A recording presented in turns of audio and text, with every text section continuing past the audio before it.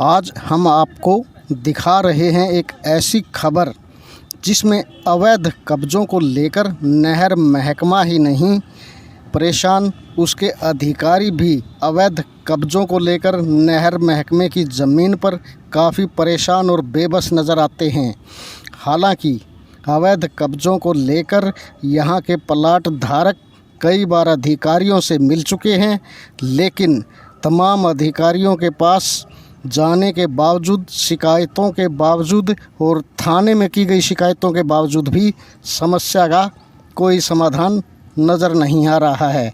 नहर महकमे की ज़मीन पर अवैध कब्ज़े डिस्ट्रिक्ट टाउन प्लानर भी मौन बैठे हैं। जब तक बात हाथ से नहीं निकल जाती, यूँ लगता है न जिला प्रशासन के कानों पर जूं रेंगती है, न ही डिस्ट्रिक्ट टाउन प्लानर इस ओर ध्यान दे रहा है। हमारे साथ मौजूद हैं वे प्लाट धारक जो यहाँ अवैध कब्ज़ों को लेकर काफ़ी परेशान हैं और कई जगह मुख्यमंत्री दरबार में, पुलिस में, यहाँ तक कि अन्य विभागों के अधिकारियों को भी लिख चुके हैं, लेकिन समस्या ज्यों की त्यों बनी हुई है। आइए जानते हैं उनसे कि किस तरह की समस्या उन्हें आ रही है और क्या अब तक उन्हें आश्वासन मिला है।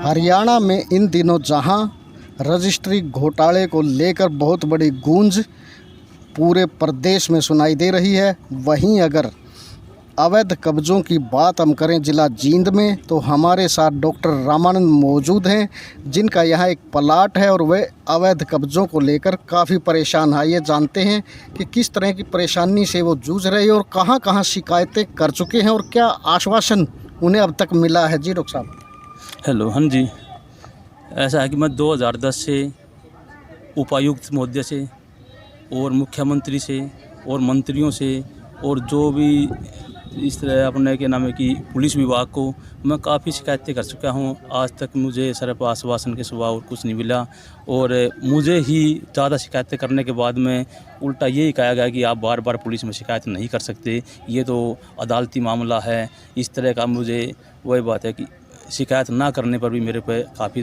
प्रेशर डाला गया है और मैं इस चीज़ के लिए अपने मेरे प्लाट के आगे एक अवैध रूप से कमरा बना रखा है, शौचालय बना रखा है और मेरे प्लाट के आगे ये नाजायज़ गोबर डालते हैं जहाँ इतनी दुर्गंध आ रही है और मेरे को हर तरफ से परेशान किया हुआ है।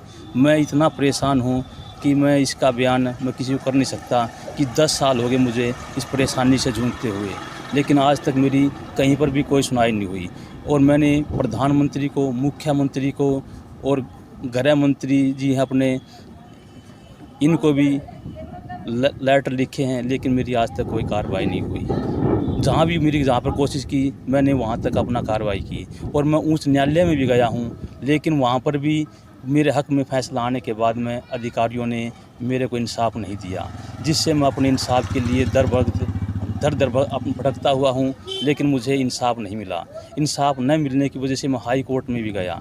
वहाँ पर राजेश SDO के नाम एक एप्लीकेशन लिखी गई, भाई उसको 3 महीने में ये गिरवाया जाए, लेकिन उसने भी कोई कार्रवाई नहीं की।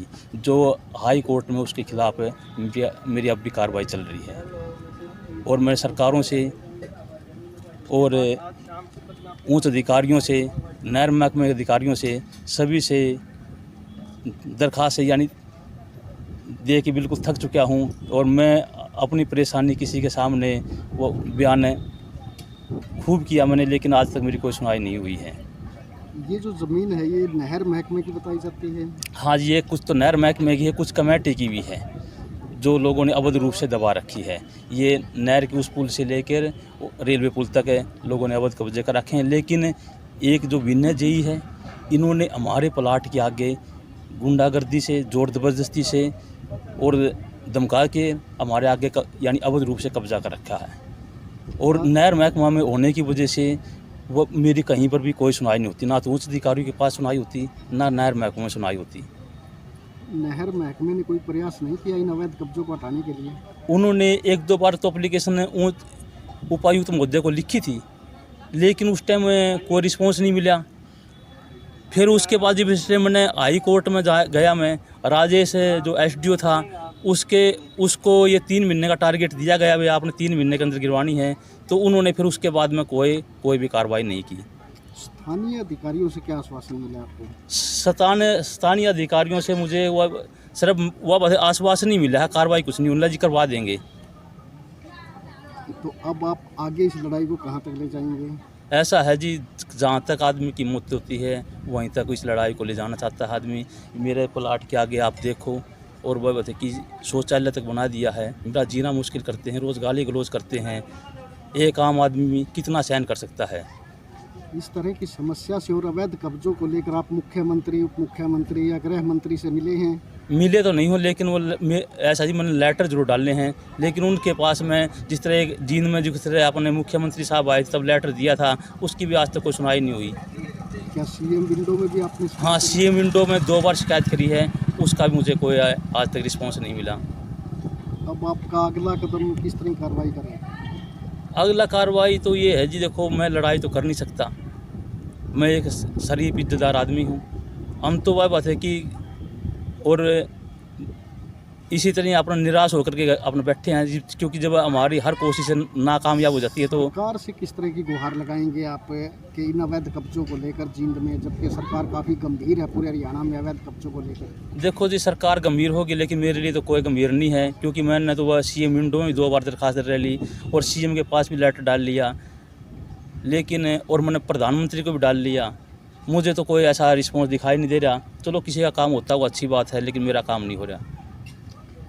आपने सुना कि डॉक्टर रामानंद ने कहाँ नहीं इन अवैध कब्जों को लेकर और खासकर अपने प्लाट के सामने ही हो रही समस्या की वजह से किन अधिकारियों से गुहार नहीं लगाई। लगभग वे निराश होकर बैठ चुके हैं और कहना है उनका कि मैंने हर तरह से हर शिकायत हर अधिकारी तक पहुंचाई है, यहाँ तक कि सीएम विंडो में भी शिकायत दर्ज करवाई है, लेकिन कोई रिस्पॉन्स सीएम विंडो का भी नहीं आया है। उन्हीं के प्लाट के सामने ये अवैध रूप से बने शौचालय साफ दिखाई दे रहे हैं और तमाम कार्रवाई के बावजूद वे बिल्कुल निराश हो चुके हैं। एक तरफ जहां हम देखें तो हरियाणा सरकार पूरे हरियाणा में अवैध कब्ज़ों को लेकर काफ़ी सतर्क नज़र आ रही है और अवैध कॉलोनियों पर भी कार्रवाई कर रही है। अवैध कब्ज़ों को लेकर भी हरियाणा सरकार ने काफ़ी बड़ी कार्रवाई कई ज़िलों में की है, लेकिन क्या जींद के नहर महकमे की ज़मीन और डॉक्टर रामानंद की परेशानी को हरियाणा सरकार समझेगी? ये तो आने वाला समय ही तय करेगा।